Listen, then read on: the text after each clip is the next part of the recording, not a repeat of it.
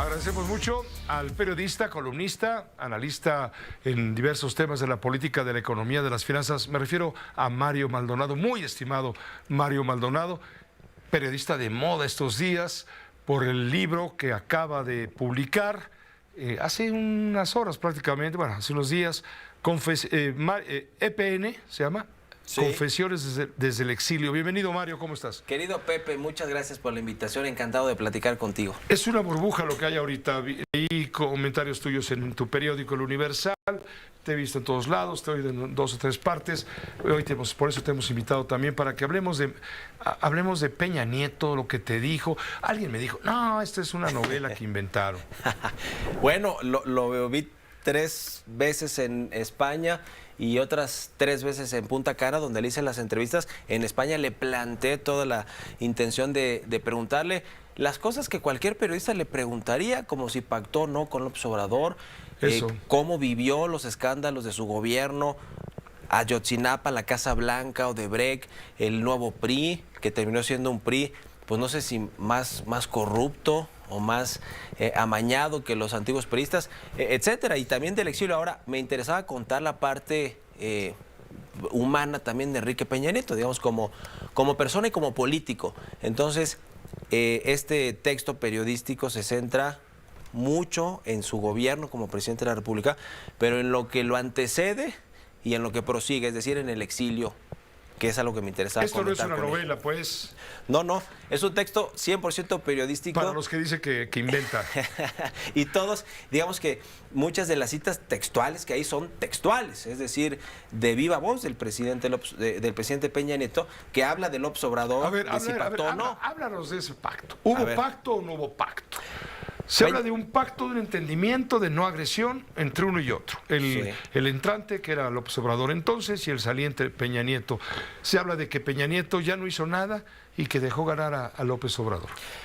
Enrique Peña Nieto niega que haya habido un pacto explícito, un pacto tácito entre él y el presidente López Obrador, y recuerda algunas de las conversaciones y reuniones que tuvieron durante la transición, una de ellas en el departamento de Tlalpan, que al parecer fue la última, que además reconoció el presidente López Obrador la semana pasada, que le preguntaron sobre el libro, y en esa conversación López Obrador le pregunta cómo es ser presidente, de qué se tiene que cuidar, cuáles son las recomendaciones que le hace, y entre otras cosas le dice que quizá de algunos empresarios que dicen ser sus amigos, habla del Grupo Monterrey, lo revela, lo confiesa en este libro, en estas entrevistas, y también le dice que es un desgaste ser presidente, que se prepare para el desgaste emocional y físico que significa ser presidente, pero al parecer ahí quedan bien. A ver, tenemos un fragmento, perdón Mario, te interrumpo, sí. Un fragmento de la entrevista con Peña Nieto. Correcto. Sí. He concluido mi etapa en la política. Me siento un privilegiado de la vida al haber tenido 2 grandes responsabilidades políticas, haber sido gobernador de mi estado natal, haber sido presidente de México, que es una gran responsabilidad y un privilegio de vida, el haber representado al pueblo de México, haber hecho mi mayor esfuerzo para impulsar su desarrollo. Queda ahí mi modesta contribución a ese propósito, pero también he decidido que ya ha sido momento de poner un fin a lo que es mi carrera política y buscaré en el horizonte dedicarme a otra cosa. Bueno, esto es parte de la entrevista, sí. Por supuesto. Hay muchas inquietudes. Por cierto, hubo una llamada reciente, lo consignas al final de tu libro. En septiembre del año pasado. Septiembre del año pasado. Sí. ¿Se hablaron después de muchos años de no hablarse? Sí. En teoría, después de esa última reunión de Tlalpan, que te decía que le pregunta, bueno, ¿y qué es ser presidente y qué me recomiendas? Y después no se vuelven a hablar. En esa reunión, por cierto, Peña Nieto le dice a López Obrador que su intención es quedarse a vivir en México, en Toluca, en el Estado de México, y al parecer López Obrador no tiene objeción con eso, pero después viene la boda de Juan Collado, su amigo, abogado, compadre, que después de la boda pues lo detienen, lo llevan preso, y entonces él sabe que es una especie de mensaje para él y decide poner kilómetros de por medio con respecto a México y se va a España y después a Punta Cana. Por cierto, Punta Cana, un destino que le recomienda a Juan Collado, su amigo y abogado, y se decide autoexiliar. Y después de eso, según confiesa Peña Nieto, no vuelven a hablar hasta septiembre del año pasado. Y en realidad esa conversación, más que me la haya confesado Peña Nieto... ¿Es para avisarle que ahí viene? Yo la investigué con personajes cercanos a la ayudantía del observador, porque fue con Daniel Asaf, a través de Daniel Asaf, vía WhatsApp, con una comunicación, en el contexto de la inauguración del Tren México-Toluca, que lo rebautizó el observador como el Insurgente, que curiosamente fue el proyecto insignia de transportes de Peña Nieto, lo rebautizó el observador, pero unos días antes había sido la toma de protesta de Delfina Gómez, y allí el presidente del observador se refirió a Peña Nieto como un demócrata, como un presidente que respetó la democracia y que no se metió en la elección del 18.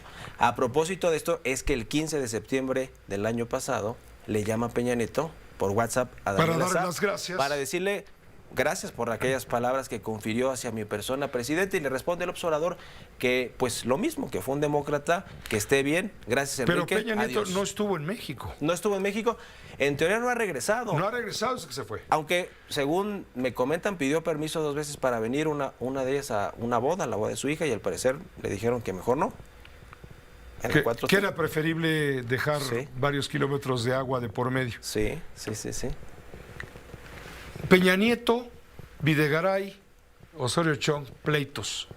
¿Te revela cómo era realmente cómo se llevaban entre ellos? Sí, pugnas en el gabinete, hay un capítulo en el libro que habla de esto, y habla de cómo se peleaban el poder, básicamente el secretario de Gobernación, el secretario de Hacienda y luego canciller, Luis Videgaray.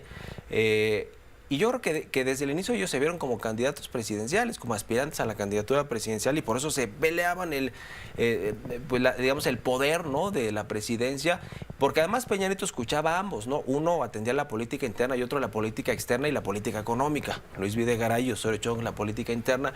Habla de los pleitos y me parece que uno que revela cómo pues había visiones completamente encontradas en el gabinete fue la visita de Donald Trump, la polémica visita de Trump a México cuando era candidato a la presidencia de Estados Unidos, en la cual Miguel Ángel Osorio Chong, todo eso lo revela Peña Nieto, es una casi cita textual, una confesión que hace para el libro, me dice Miguel Ángel Osorio Chong, no lo recibas, porque nos va a generar una crisis política nacional e internacional, porque en ese entonces Donald Trump arreciaba en comentarios sobre México y sobre los mexicanos migrantes que viven en Estados Unidos, y Luis Videgaray le dijo, presidente, tienes que recibirlo porque además ya aterrizó en el aeropuerto y viene volando en helicóptero a Los Pinos. Eso le costó a Videgaray la Secretaría de Hacienda. Caro. Sí.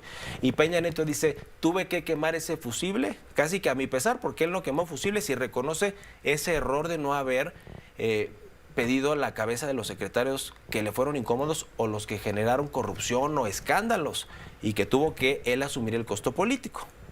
Pero con Videgaray dice, tuve que quemar ese fusible, pero digamos que es una de las tantas pugnas internas entre dos poderosos del gabinete que fueron Luis Videgaray y Miguel Ángel Osorio Chong. ¿Quiere regresar Peña Nieto a México? Van a decir, ya están diciendo por ahí, sí, que regrese lo que se llevó. Es el último capítulo, no quiero revelar tanto del libro, mi querido Pepe, pero no, fíjate que me dio la impresión que al inicio de las conversaciones que tuve con él en España, sí tenía la intención de regresar porque añora su tierra, sus amigos, su familia, dice que vive bien en España en términos de la afinidad cultural, del lenguaje, que tiene amigos. Aunque no amigos necesariamente de los políticos de acá, porque cuando salió del gobierno desaparecieron muchos de esos amigos, y lo reconoce y se reconoce haber vivido en soledad mucho tiempo. Yo creo que al principio sí añoraba regresar. En las últimas entrevistas, sobre todo estas de Punta Cana, que fueron en abril del 2023, él dice que quiere guardar distancia, que quiere respetar al gobierno en turno, al del observador y al entrante, y que él cree que va a mantenerse fuera del país, aunque no está seguro si va a regresar o no, pero la impresión que me da, y ahí vienen los comentarios textuales de él, es que no quiere regresar a México. La cabeza periodística de este libro sería: Peña Nieto revela que no hubo pacto con López Obrador. Mira, yo te diría como periodista, Pepe, que él dice efectivamente, textualmente, que no hubo pacto, y que tan hubo pacto que él se reunió contadas veces 4 con López Obrador y no se volvió a hablar con él. Nunca hubo un acuerdo de este tipo, pero te diría como yo creo que implícitamente sí hubo un pacto. Él dice que en la elección de la candidatura de 2018, donde elige a José Antonio Meade como candidato del PRI, él dice que estaba entre Pepe Narro y Pepe Meade. Y decidió a Pepe Meade porque era el que transitaba con los priistas y con los panistas. Era un funcionario transeccional que venía del gobierno de Felipe Calderón.